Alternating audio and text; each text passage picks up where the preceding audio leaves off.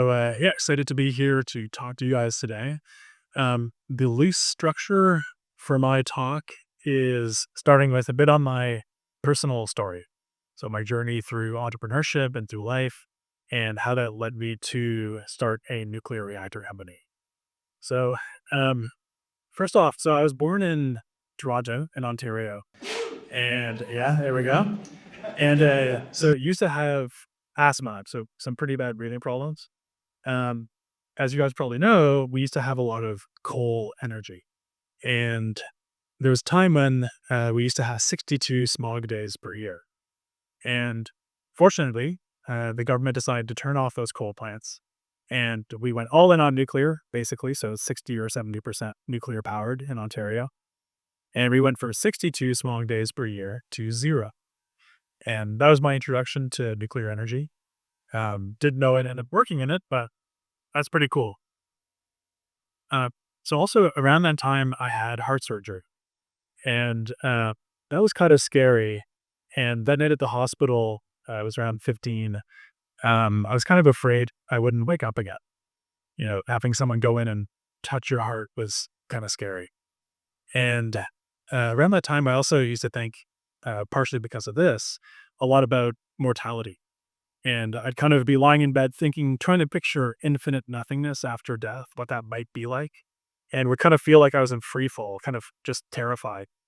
And I haven't really thought had gone to that kind of rabbit hole recently in my mind. It's hard to get into that state of mind, but that kind of gave me the psychology of, life is short, take risks to pursue your passions. That was a major thing that drove me to do that in life. So I studied engineering and physics in university. I had no idea what I would use it for, but thought it was super badass. So, nuclear, relativity, quantum mechanics, studied some really cool stuff. Didn't really know what I would do with it. But also during the hardest year of my program, I decided to torture myself and also run a painting business in the summer. Uh, so it was pretty intense.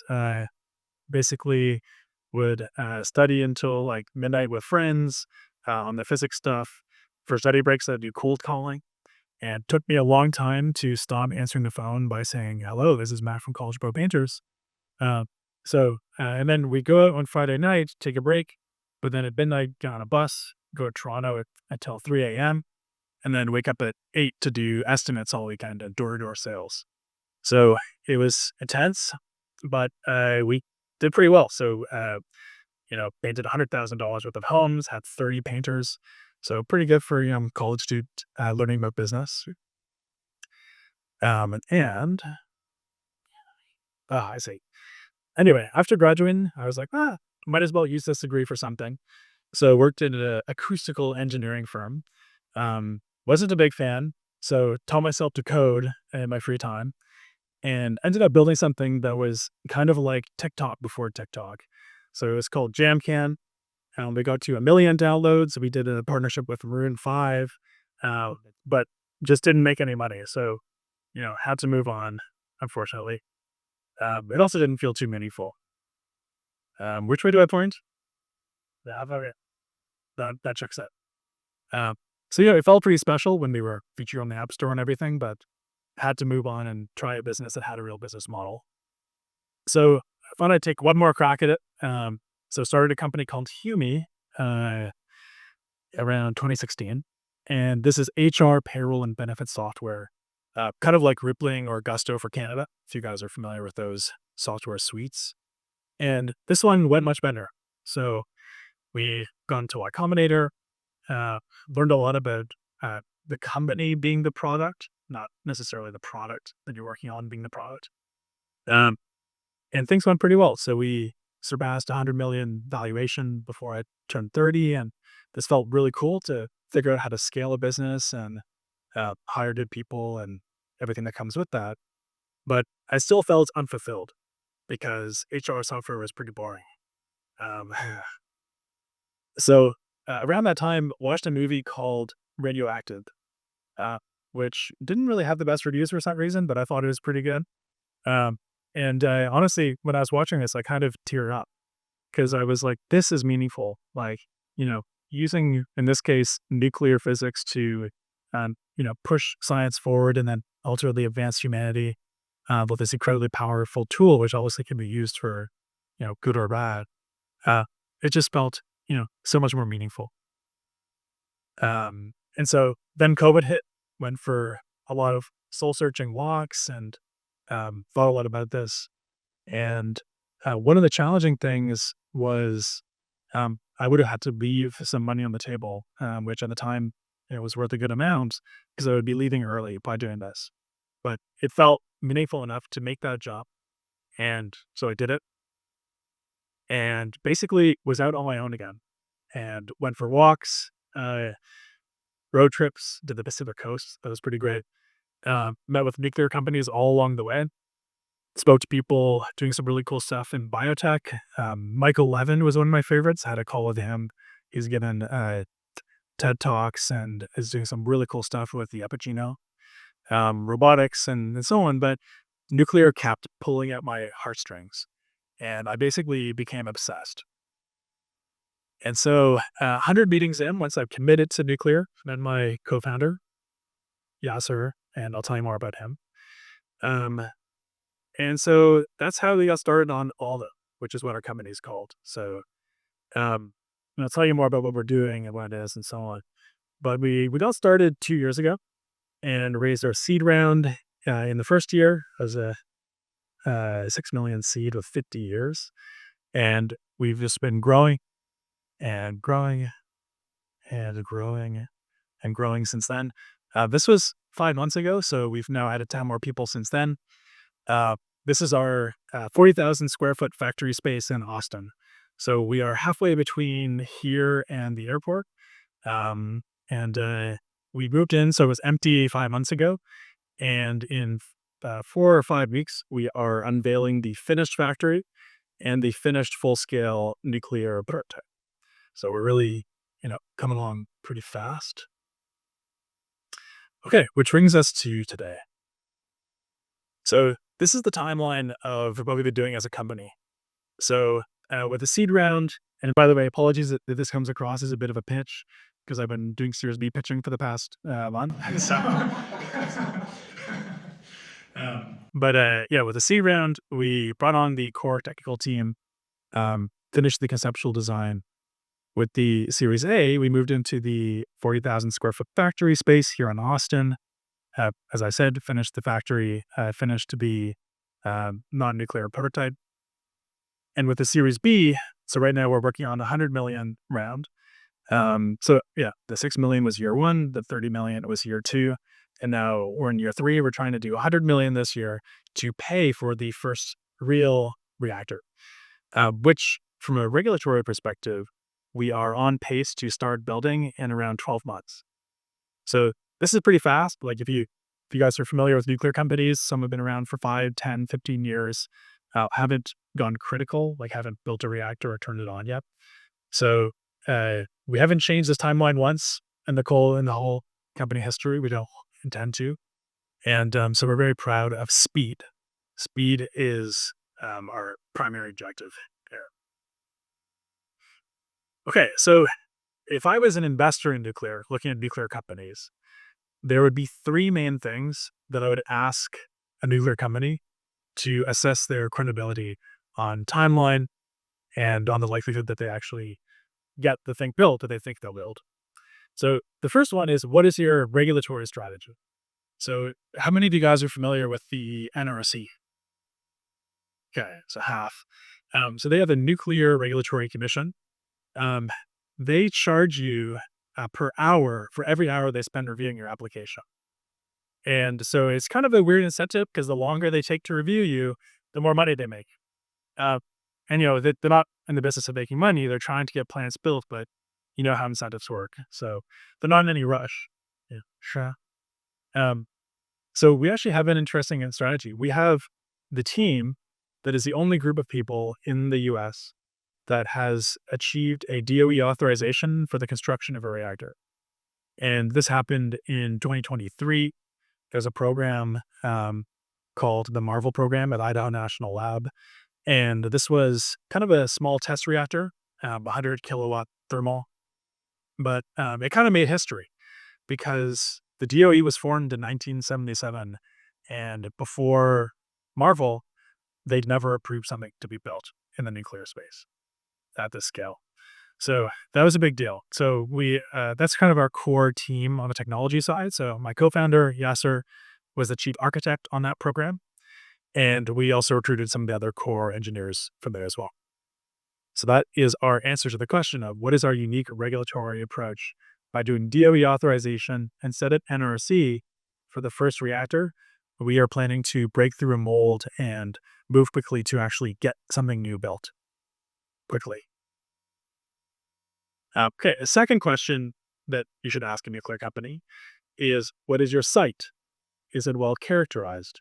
Paul Milwaukee from Anduril was talking about how a rare species of bees slowed down their first deployment, which might sound silly, but I mean, having a site that is well characterized, there's not some crazy rare species that you might impinge on.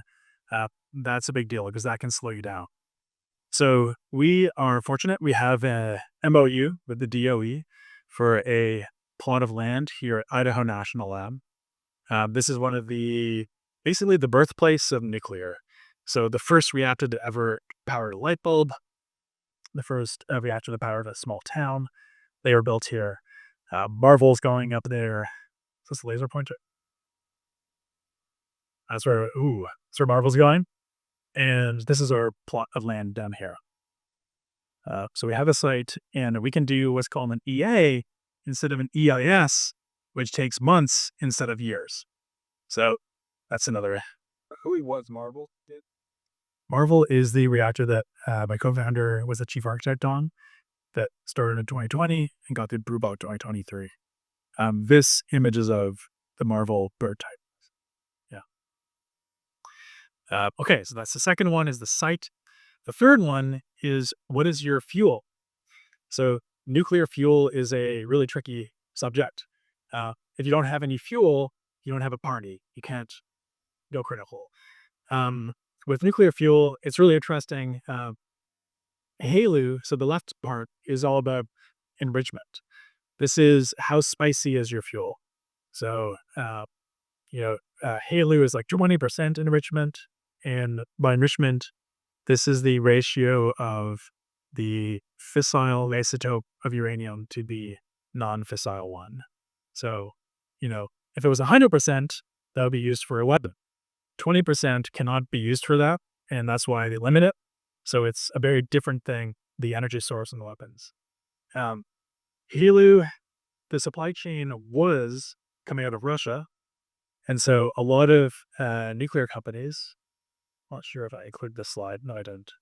Anyway, a lot of nuclear companies went with HALEU, which was a good idea from 2005 until 2022. But then when Russia invaded Ukraine, the supply chain for HALEU would evaporated. So that's no longer an option. And a lot of reactor designs that have been working on the design for 10, 20 years have that very embedded in their design. So it's kind of tricky. So we are fortunate we can use LEU+, which is a lower level of enrichment, which is readily available today, can be purchased today. And so that's the enrichment. On the fuel form factor side, so UO2 is the most commonly used fuel in the world today. It's used in pressurized water reactors. You can buy it today. TRISO is like a special form factor that's more expensive, less energy dense, and a lot of small reactors depend on it. And so basically we sat down with the fuel supply chain and we said, this is our timeline. Wherever, I thought this might be dangerous to go back so far with this finicky. But anyway, we sat down on the timeline and we said, this is our timeline. We're sticking to it. How do we achieve this timeline? And with the fuel suppliers, we are going to be placing a contract for this fuel in the next 6 months to achieve our 2027 criticality target. So again, speed, timeline, that's our main focus. Not getting married to a certain technology for no good reason. Okay, so this is the reactor. So there's a human for scale right here. So it's 20 feet tall, 10 feet diameter, 10 megawatts. So that could power 10,000 homes or one data center. It fits on the back of a truck. and it's a liquid metal coolant, not molten salt, even though sodium sounds like a salt. Um, Sodium alone is a metal. It's actually kind of crazy. If you eat table salt, if you separate sodium and chlorine, or it's basically an toxic gas and an explosive metal. I mean, you combine them, you get edible table salt. So yeah, but we use so sodium alone, which is a liquid metal, and when you heat that up, it looks shiny, but it actually has the viscosity and the density of water. So it's like pretty, sloshy. Um, Anyway, so that's our reactor. And I just want to highlight, this is not our product, right? A lot of nuclear companies focus too much on, nerding out over the technology. The product is something that has to solve a customer need. And so the product in this case is the whole system, it's the whole plant. And the customer need that we're addressing is data centers as our wedge market. So data center demand is crazy. All the AI is going to need a lot of power, and we intend to provide a lot of that power. So the solution that we came up with is called the Aalo pod. So this is a plant that is a 5-reactor, 1 turbine configuration, and a footprint that is around 30% of the space of the equivalent data center load. I think I pressed the wrong button. Um, so the idea there is when you have 5 reactors, if you have one down for refueling or maintenance, then you have 4 others to make up the delta to be as backup. And that's important because these data centers need power all the time. And so it's really nice because in the short term, we're going to be having a grid backup. But once the capacity factor is proven, you can actually do this entirely off grid. And you could then bypass really slow interconnection queues, and you can avoid expensive transmission distribution wires, which are often half the cost of delivered electricity. And this is kind of unique because if you compare this with a gigawatt scale nuclear plant, it's, if you have to refuel it for 1 month every 2 years, then you still need a grid backup. With solar and wind, you've got to do a huge amount of overbuilding and storage. And when you add all that together, it uses a huge amount of land. It's hard to co-locate with the data center, and it's still probabilistic. Gas turbines are dirty, so that's a temporary stopgap a lot of the data center developers are using, but they don't want to. Um, and then geothermal and hydro are, again, kind of usually larger scale and then geography constrained based on availability. There's some companies trying to change that, but that's the state of things today.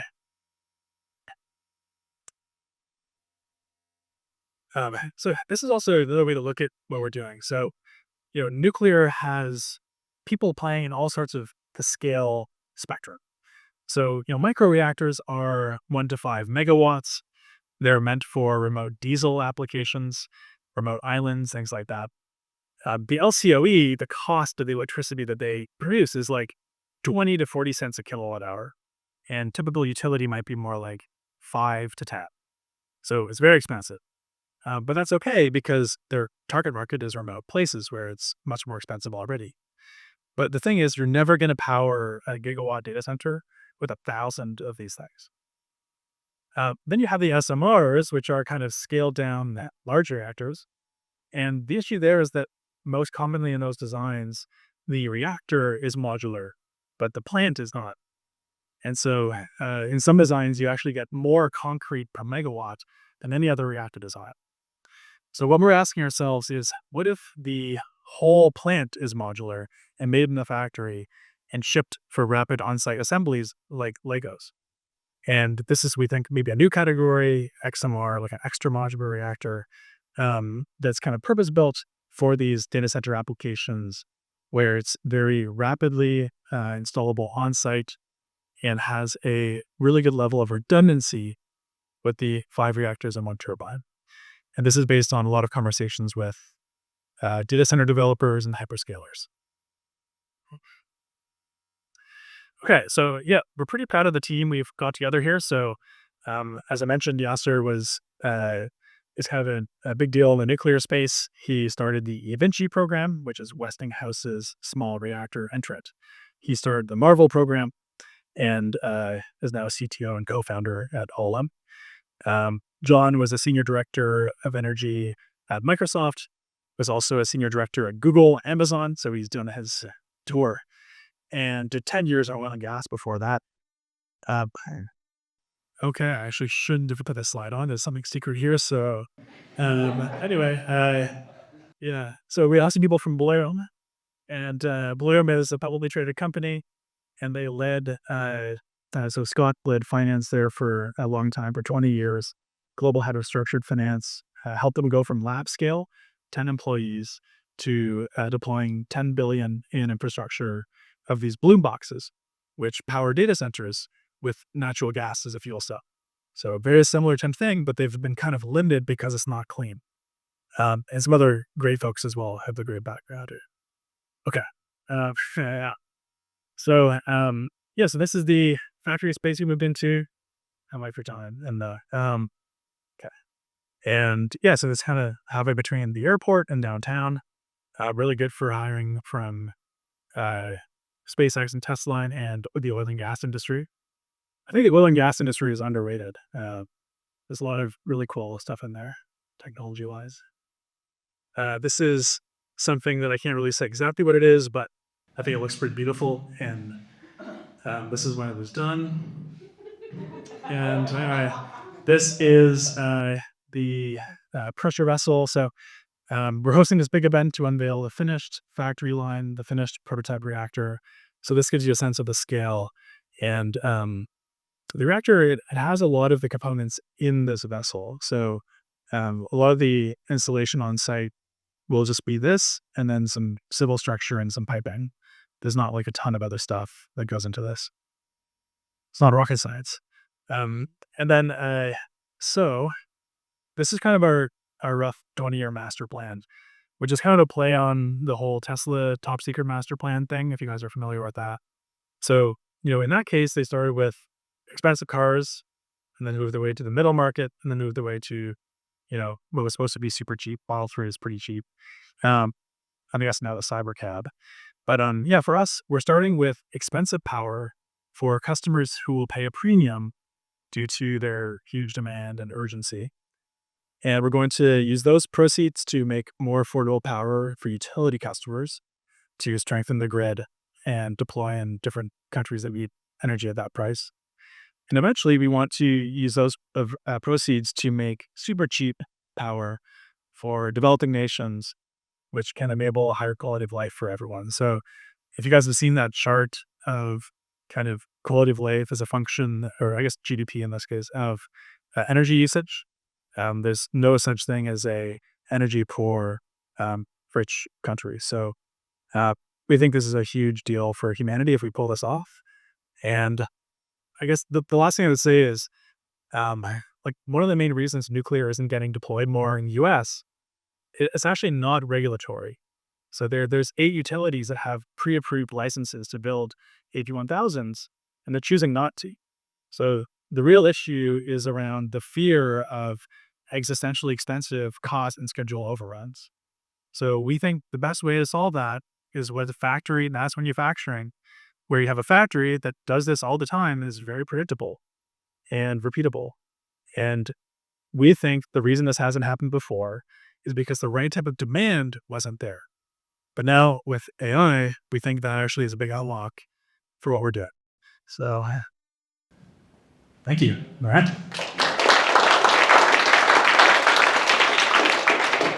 You can pass the microphone around for any questions. Maybe I will actually use my host privilege and ask the first. How much of what you're doing requires novel physics versus taking things that already exist and kind of packaging them in a different way for the size you're playing at? So it's not really any novel physics, although, some advancements will definitely help us improve our economics. So it's not like fusion, where it requires several Nobel Prize winning discoveries until it's actually net positive, let alone economical. In this case, it's been done before. The main challenges for us is there's kind of a long graveyard of groups of people who thought that sodium-cooled reactors would be this holy grail of economics, because it allows you to basically make a much more compact reactor. It's like half the size of an equivalent water-based reactor. But if you look at the history of sodium reactors, they're very safe because they're atmospheric pressures and they don't explode, but they have little leaks that are just a nuisance at the site. It's not a safety concern for the public, but it's a economic challenge for the operator. And so these were tried in like the 60s and 70s, and then kind of for a long, complicated reason fell out of favor. But basically, our equivalent of landing a rocket is how fast can we patch up a leak? If we can do that in a few hours instead of a few months or years, we can achieve this kind of holy grail of what people thought would be the best economics in nuclear. And the other one more piece of that is there's a certain type of reactor called a breeder reactor. And it's really cool because that's what unlocks using nuclear waste as fuel. And it's what unlocks using thorium as fuel.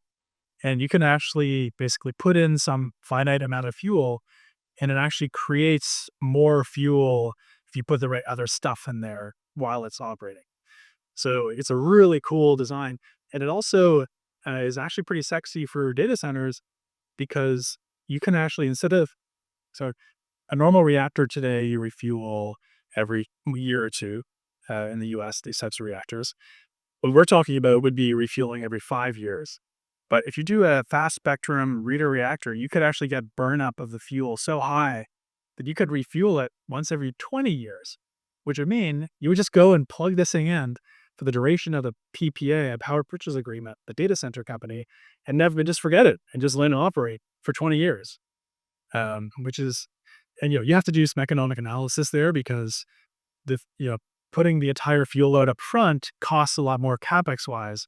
So it might actually, depending on your cost of refueling, might make more sense to put less up front to refuel. So anyway, but the possibility is pretty cool. Oh, you want to pick someone? Yeah. So I'm launching. Let me give you a microphone. Sorry. So we're launching a community in the Austin area. When can we get one? Probably by. So the first reactor we're planning to start building next year. This is, by the way, these are internal targets. I know we're filming, so this is not, these internal targets. We're targeting starting construction next year, going critical the year after, and that's the first reactor. And then with some NRC licensed reactors targeting going critical and building from 28, 29. So probably for scale up with other customers beyond those first few flagship customers would be in the early 2030s.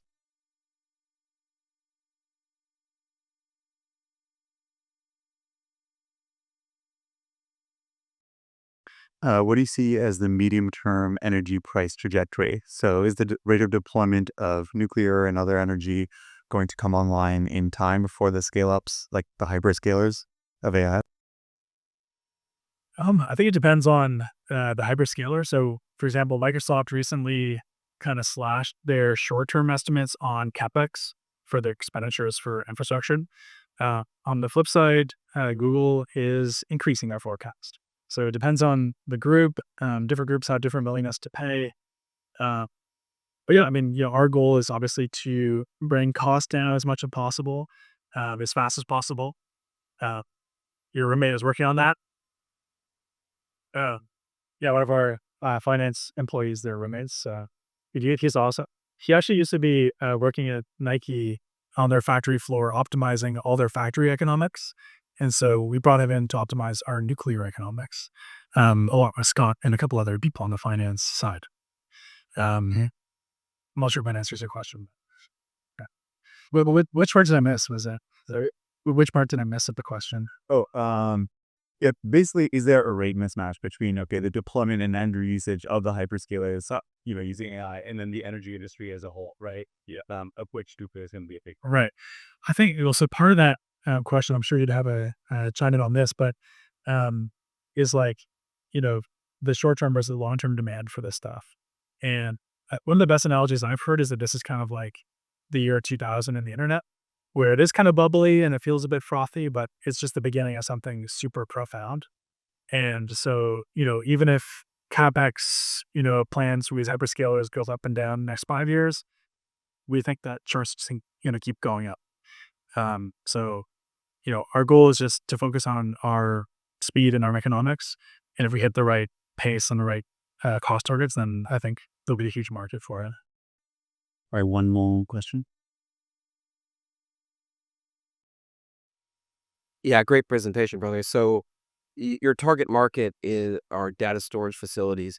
There's been an intention to shift that market by a lot of actors, people like Filecoin, a lot of people in the cryptocurrency space, organizations like Codex and Storage that are looking to decentralize data storage, because most data warehousing is really maintained by just a handful of companies, namely Amazon Web Services, Google, etc. So have you guys considered looking at different target markets as that particular industry changes? I know that you had kind of briefly touched on this. I'm curious if you're anticipating more decentralization in data storage and maybe smaller actors having more access to data. So that really changes the model a little bit. Yeah. So my co-founder on Humi was in the Filecoin ISCO or whatever. So he would be happy. Hi, you're in the front row. He'd be happy you asked that question. But yeah, I mean, I'm sure it'd be cool if that stuff pans out. I think there's so in all the capex that we're seeing going towards data centers right now for AI, it's with a pretty specific infrastructure. And if things evolve, we'll try to track that. But right now, every customer we talk to is doing things in a certain way, and they're spending hundreds of millions and then billions on this stuff, and it's done this way, and then that's why we do the product that way. So this is all based on customer discovery. If things start changing, maybe the product changes. But right now, this is how this infrastructure gets built. It's for data centers, largely for AI training, but also cloud and tampons. So I guess more related there, but yeah. Amazing. Well, big round of applause for Matt.